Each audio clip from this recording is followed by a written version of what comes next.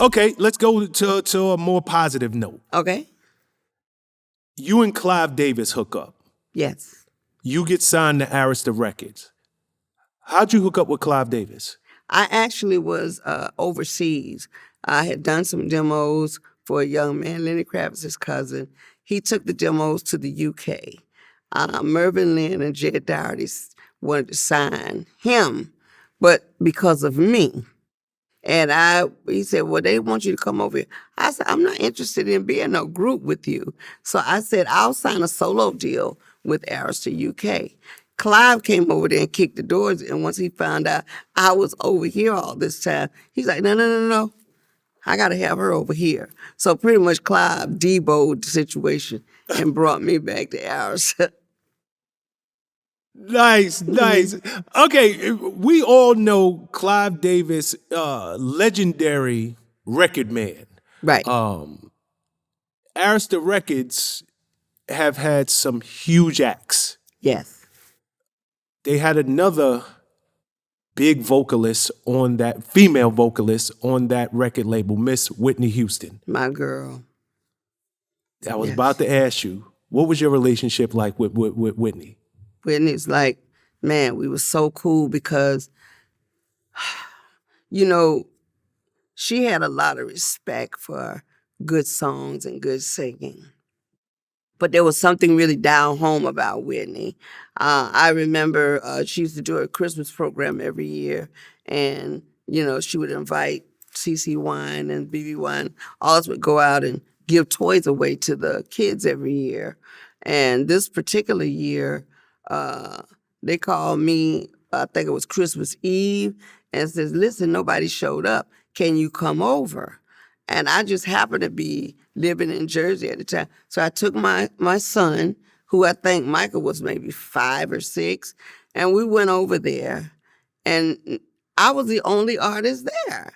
So I'm like, oh my God, all these kids, I don't know that many Christmas songs. So in my head, I'm going, oh God, what's the song? So I'm singing Jingle Bells, I'm singing songs I grew up on, and I'm giving away toys. And then at the 9th hour, here Bobby Brown walks in, and we're singing a Christmas song. And he says, Whitney loves you, and says, thank you so much. Well, lo and behold, I didn't know where she was, but she couldn't make it. And I got into California maybe a week later, and I had the most beautiful exotic flowers that were waiting for me at my hotel. It was Whitney. She said, that's why I love you so much.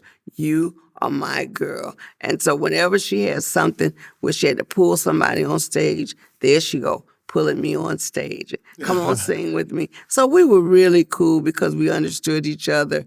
And I just was a huge supporter of hers. I think she was an amazing vocalist, but an even more wonderful person. Oh, that's beautiful to hear. It really, really is. Did you guys ever get a chance to get in the studio together, write together, or just create? That was something we were planning on doing. We wanted to try to get together. She always said, Angie, write me a song, you know? You done wrote a few of those. You done wrote a few hit songs in your day, girl. Just a couple. But your debut solo album, Black Diamond, is released. I think it was in 1999, somewhere in there. Yeah.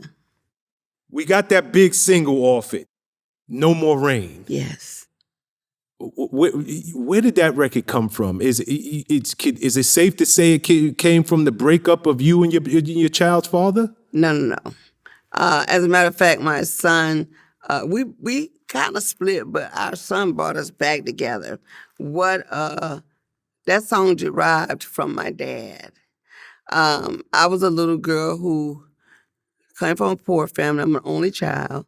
And so every time the ice cream truck used to come through the neighborhood, I would run to my daddy for some money for some ice cream.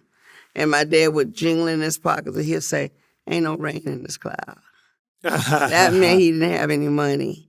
And so I told him, I said, Daddy, one day I'm going to write a song called Ain't No Rain in This Cloud. And that's what inspired that song. When the birth of my son happened, it sparked the memory. And it had a metaphoric meaning. My sunshine has come. And one was, the Lord has saved my life. And the other one was, I have birthed a son that I know is blessed. That's what helped me to write that song. Very nice, very nice. Well, that song did very well for you. I mean, Yes. to this day, it got something like 12 million plays on Yes. Spotify, Yes. over 50 million views and plays on YouTube. It was #1 on the adult R&B charts. Yes. That song did very, very well for you. Yeah, it And it did. took the album gold. Yes.